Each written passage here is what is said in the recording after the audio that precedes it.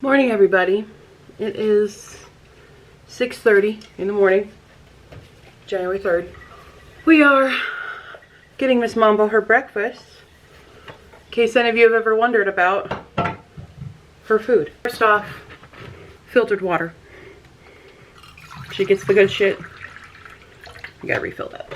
Then her standard foods that she likes. We've got broccoli in here. I need to go get more broccoli because we're running a little low, but I'll take the broccoli.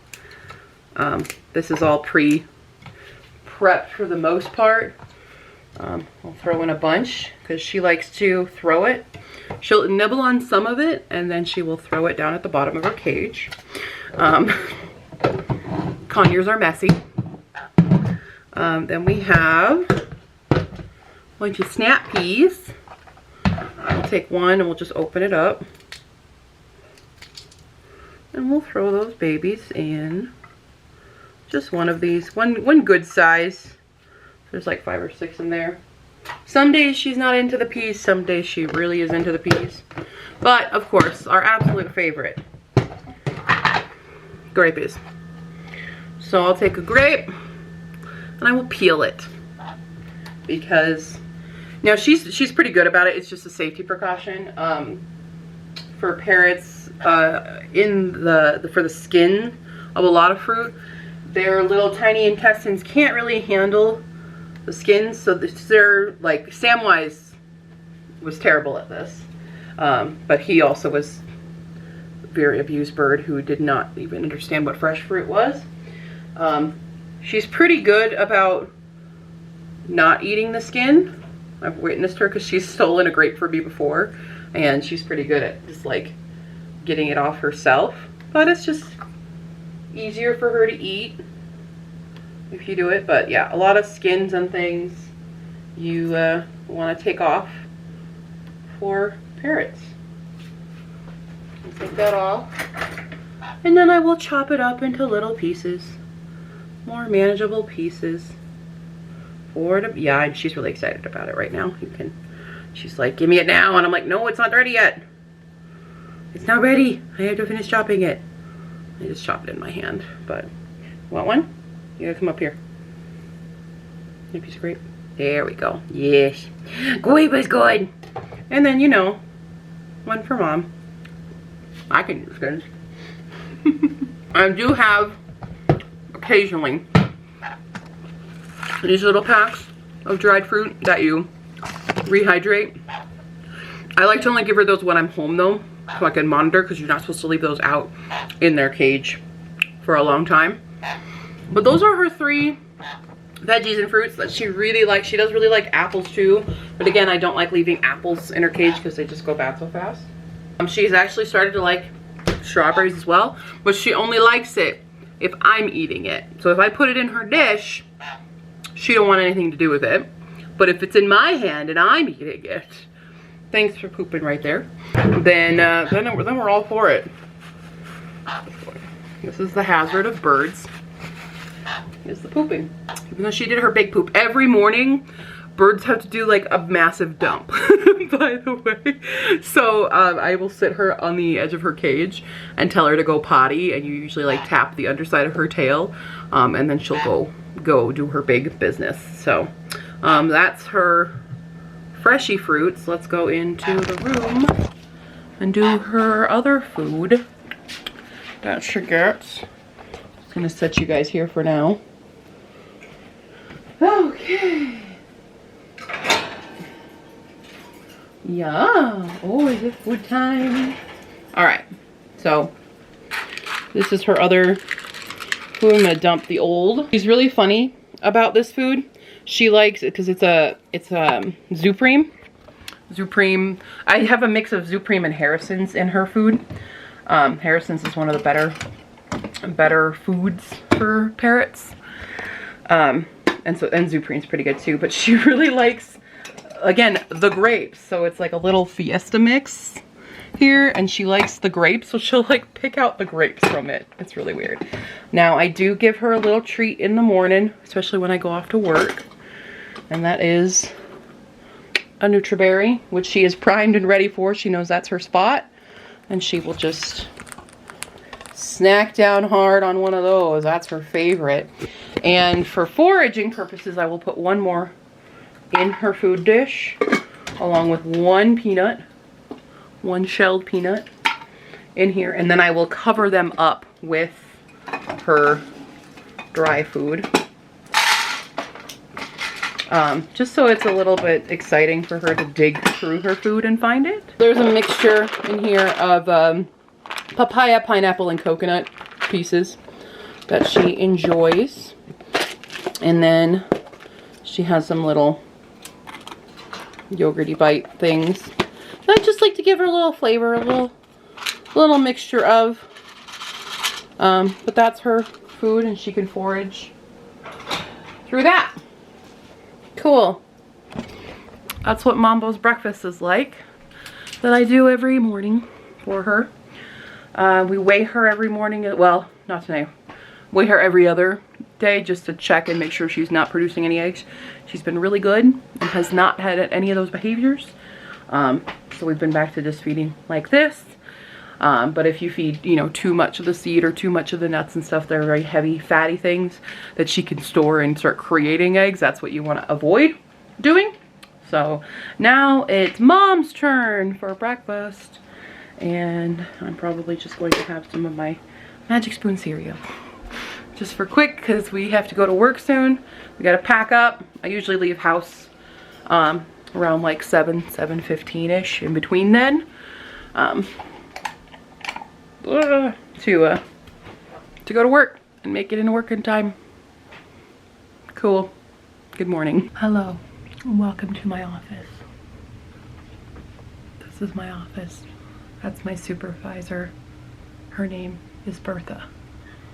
She watches to make sure that I'm doing my work. I have 115 emails.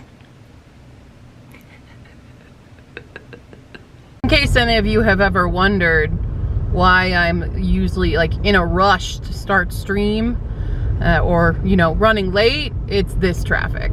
It's this. It's my lovely commute.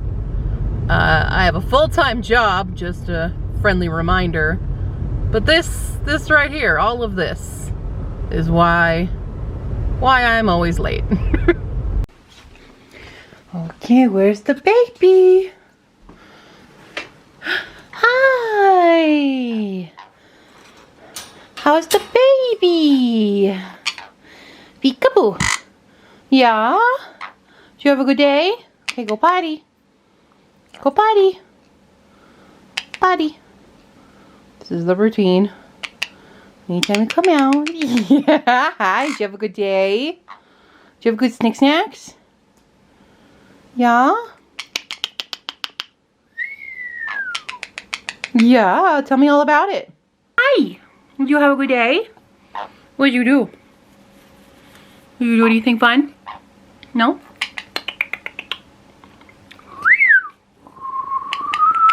Yeah? Let's go, baby. Okay, shall we get this focused? Here we go. Alright, so we're gonna have some dinners and work on some spreadsheets. What? What's that? Did you miss me? You miss me? Yeah. We have bonding time when I get home. Yeah. Silly girl.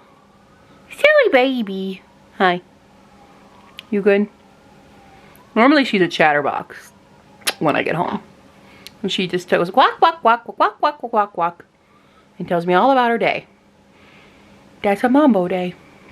Okay, so Mommy's gonna make some of her food. And we're gonna do some spreadsheets and review some books. Because I've got a scathing review for y'all coming up next. Hello. I've officially deemed this chair the review chair now. Okay, bye. Okay, I have finished another 2 books. So I am 4 books into 2023. I'm pretty proud of myself. Granted, they've all been fairly small / in progress stuff, but whatever, it's fine. We're gonna talk about what I loved first in the last 2 books that I read. because this is gonna be a doozy with the bad book. So anyway, I read Anne of Ingleside, which is the sixth book six books in Anne of Green Gables. I love Anne of Green Gables. I was saying 2 years ago now that I was gonna read all of them during my birthday month, and I didn't. And it's taken me a while to get back on track with Anne, but we're back on track. We have 2 more books in the series to read. I really like this. The other books had kind of lost me a little bit, or at least the fourth and fifth book kind of lost me a little bit in terms of Anne. I felt more Anne come back in this one, more of her whimsy. I also love that with her children, her kids really reflect her and their own little, because it's not, I don't really think this book should be called Anne of Ingleside anymore. Now we're going to deviate from, because all of them have been Anne of something. The next book will deviate because the next book is Rainbow Valley, I believe. And it's, a lot of the perspective has changed to her children and them in their own shenanigans of stuff. And granted, we do get Anne, especially in the latter part of the book, with a little bit of strife between her and Gilbert that I was a little worried about. And frickin' Christine Stewart coming back into the picture. Anyway, it's fine. But my boy Gilbert be true. You know, he be true. We love Gilbert Blythe. There's a reason he is my dream spouse. If I could have a book character fall in love with me, I would want a Gilbert Blythe. Yes.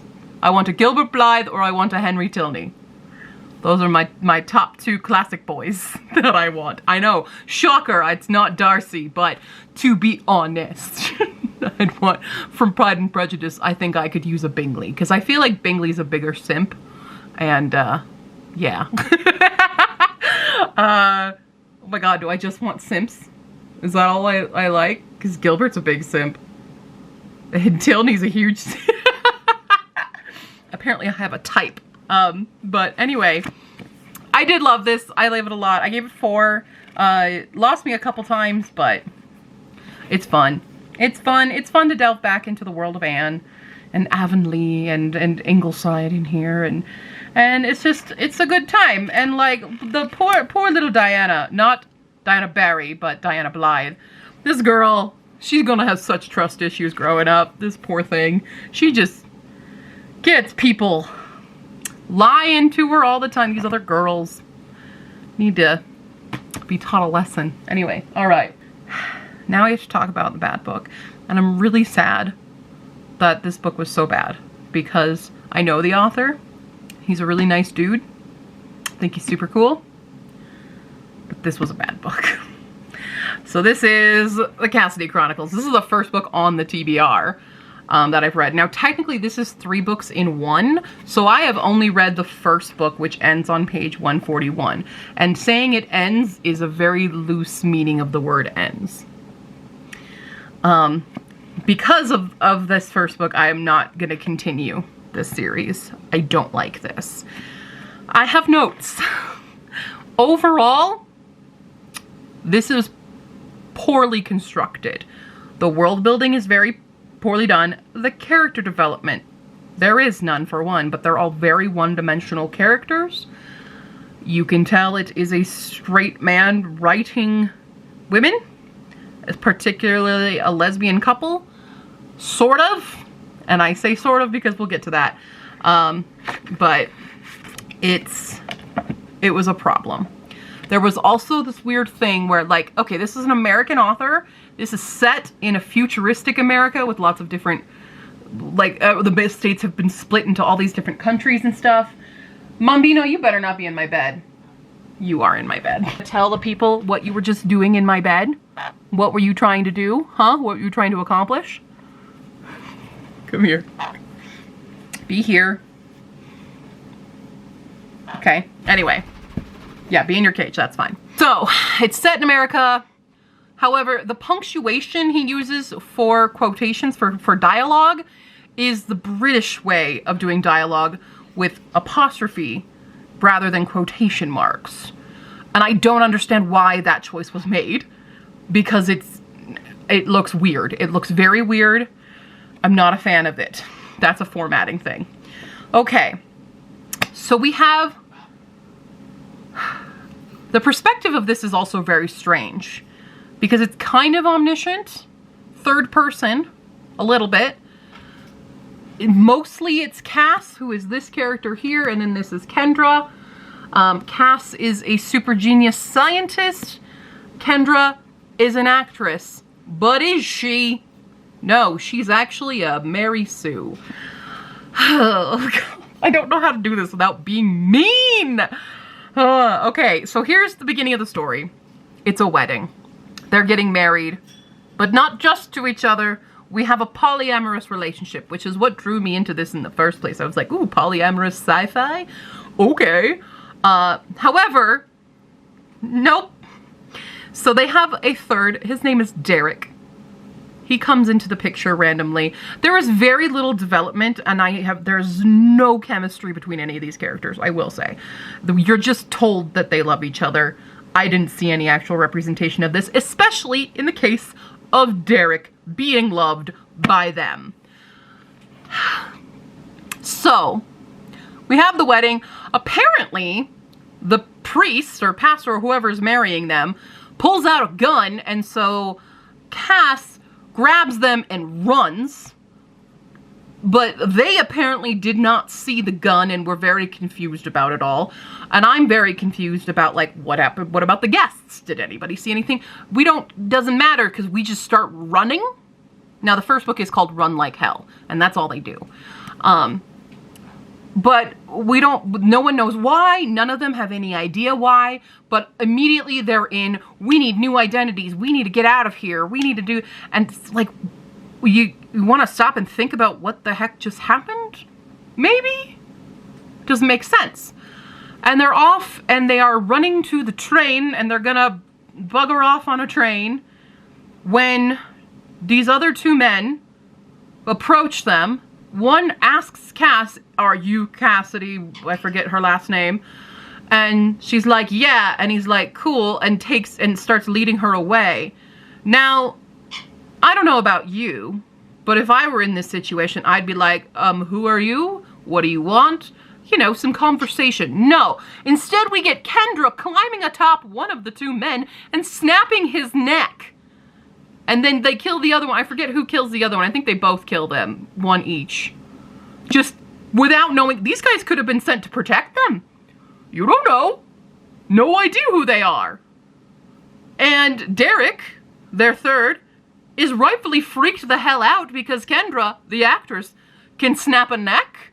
What? And he's panicking and freaking out. And so Kendra just takes Cass's hand and says, well, we're leaving him behind, basically. And they fuck right off. And I'm like, wait. What? You just leave one of the loves of your life there with two dead bodies to take the heat? And you leave? What? That made no sense to me. Are you kidding me? Apparently you didn't actually love him. And we won't remember him until page 109, where we'll talk about him for a paragraph and then forget about him promptly right thereafter. What? Very confusing. But here's the best part. Not the best part. There is no best part. Kendra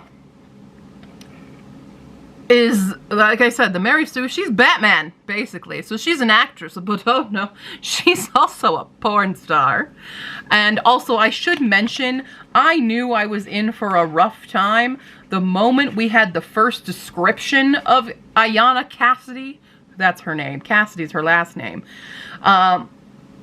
Here's how you know a man has written this. Her long tan legs led up to a slim waist and full breasts, and she had attracted more than her fair share of suitors over the years. But it was her eyes that were her most memorable feature, pale ice blue eyes that seemed to gaze deep into the soul of anyone she talked to. That's only half of the descriptive paragraph, but it's the, when you see the description, slim waist and full breasts, no woman actually ever thinks of herself that way. So that's how you know we're male gazing right now. That's what's happening here. And that gaze happens a couple times in the description of female characters. We do not get this kind of description with the male characters. Granted, we hardly get any description of any characters or anyone. This book is mostly dialogue, which is an issue in itself. And when it's not dialogue, it's an info dump, and that only happens a couple times because there is a world building thing. You show how it's fractured, and so he'll go on for a couple paragraphs depicting, oh, this war happened and this thing happened, and it's like, this does nothing for the actual story at hand. It's just info dumping. It was poor world building there. So anyway, back to Kendra Batman, who's an actress. Now she's also a porn star actress. She does sensies. She has now owned her own production company, but lo and behold, she's also a secret agent of the CIA. And has had 18 kills only in self-defense. So she's now classifying the kill that she just did as self-defense, even though we still don't actually know why anyone is after them. They are assuming that it is because Cassidy was playing around with an idea about teleportation. And that's it. They don't know, there's no confirmation. We don't have any confrontation with the actual villain. We don't know who's actually after. We never know who's actually after her. We have a couple chase scenes and one weird POV switch into the bad guys pursuing them that does nothing for the story. There's no reason. There's no logic. No one knows why what is happening, but that doesn't stop them from getting hitched in Vegas. Granted, going into this and seeing that description of Alice, I was really thinking we were gonna have like gratuitous sex scenes of the male gaze on a lesbian couple. Granted, all the sex scenes are fade to black. We get an innuendo and then next chapter, but it happens almost every chapter in the latter half of the book. They are in a bunker owned by Kendra. Also, she has a century-old car. It's a Bugatti Veyron or whatever it is. I don't know fancy cars, but that's just like, you can tell this is Adam's favorite car right now, and it does not make any logical sense to have it in this 100-year future. It makes no sense. It's just he wanted to mention his favorite car, and that it still runs 100 years later in perfect condition and can get up to 375 kilometers per hour. Unless you have the special key. Like, world building! World building! Anyway, okay. I'm sorry. I'm like getting heated by how I'm mad. I'm just mad that this book was so bad because it had such potential to be so good. And like, I know the guy, so I'm like, I don't know how to approach you now. And I'm scared he will see this review and think that I hate him or, you know, I hate his book. I do kind of, I heavily dislike this book. It's lost potential. Now, here's the biggest offense that this book has for me. There is no ending. There is no arc. There's nothing. It just ends. It's not a cliffhanger. It just ends. So it's counting on you to have owned this copy of the book. I'm not going to continue. This is basically my first DNF, but it's a series DNF because the book Run Like Hell has come out on its own, and it was supposed to, like any book in a series, should be able to stand on its own with a full arc, with a full character arc, with a full plot arc, and there was none. It left you hanging with not a cliff hanging, it just, the ground dropped out from under you and said, read the next book. And I don't want to. I don't want to. And all the while, as well, another big offense of this, there's no relationship building. Because there is no character building in this. We have Cass and Kendra, who are supposedly, you know, disgustingly in love with each other. You're just told that a lot. And I don't believe it.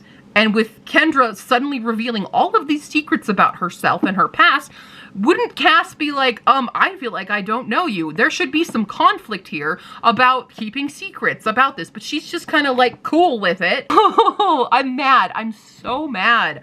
And it's like when I read Promises Left for Dead, I have endless notes. I have so many notes on my phone. And I think I covered everything here. Also, oh, here's another one. He uses the word frack as instead of fuck. And isn't that a little bit plagiarism? Because frack, isn't that from Babylon 5 or something? And I feel like he's just taking a word from another sci-fi. When, like, you can say fuck duty. Duty. You can say it in your own book. It's an adult book. You can say the word. It's still America. I'm pretty sure in 100 years from now, people will still say fuck. We've said it for so long. I'm pretty sure it's okay. Oh, also, here's another random one. Kendra backstory time. Barely. Apparently she had a crush on this guy in high school with him, because apparently they also knew each other in high school. They did not date in high school. But there was a black guy that she had a crush on who was a big burly man but refused to play football because it was intellectually beneath him. And so she randomly decided to go track him down in Atlanta, but lo and behold, he's in the ICU because he'd been beaten for being black and to dare ask a stuck-up bitch, I believe was the term used, to offer to buy a drink. And I'm like, okay, so we have now also, like, tried to very lightly touch on racism while also villainizing women for saying no. And apparently this man was beat up by other white men because of both of those reasons. I didn't think we need to add that women part. Like, we can just make them racist, and that's why he died. Like, there's no actual value to this story, by the way. To this little... It's just to show, oh, Kendra has a heart or something. I don't know. I really don't understand why that scene was included. It didn't fit the story at all. And it was, like, very surface level here. Oh, by the way, this area in this fractured part of the States, which is basically still just Southern, it's like the new Confederacy. So yeah, we know, we get it. It's racist. It's got the word Confederacy in it. Granted, some of the naming of the new places in here, because there's a California Confederacy and the new Confederacy. I don't think anyone in California would use Confederacy to depict their new country. We also have the People's Republic of Massachusetts, and I'm just like, I don't think people would use this terminology. Yeah. And apparently Hawaii got to be a kingdom again. How that happened, I don't know. It's just poor world building. It's poor character development. Everything. I don't have a thing that I liked about this. I can't really name anything I enjoyed about this series, or this first book of a series. And I'm very confused how it was a Drunken Druid finalist in 2020. And I want to know who decided that. And because this needed more beta readers, it needed way more eyes. It needed so much more work. And it aggravates me. I'm just aggravated by that. This is how I get when I read a bad book. Sorry guys, this is now a long ass video for the daily vlog that I now have to go edit. So, okay, cool. Tomorrow I will attempt to talk to you guys about the book tracker stuff and how I'm making it, because I know that was a thing of interest. So if you do want me to go over my new tracker, I'm still building it, but I can show you that. I'm gonna continue building it after I edit this video. So anyway, okay, I'm gonna go away now and calm down after that. But I had to get it off my chest. I'm a reviewer. I have to give you my honest opinion. I do still think Adam is a great dude. I think he's a super fun guy to hang out with at the conventions I've met him at, but this book needs so much more work, and it was not good. It just was not good. I'm sorry for the honesty that I'm sorry if I have hurt any of his feelings. If he sees this, I can't, I owe it to other people to speak truly and not withhold my opinion of a book, because if I lied to you when you read the book and then you're like, what the hell, Hugh likes this book, that's ridiculous, because it has these things. This is what it's like to be a reviewer. Sometimes it's very stressful, but that's what I am. That's what the lot in life I have chosen to take, and that's my honest opinion of Run Like Hell. I was about to make a mean pun. I won't make the mean pun. Okay, I'm gonna go and edit this video, and I will see you guys tomorrow. Bye.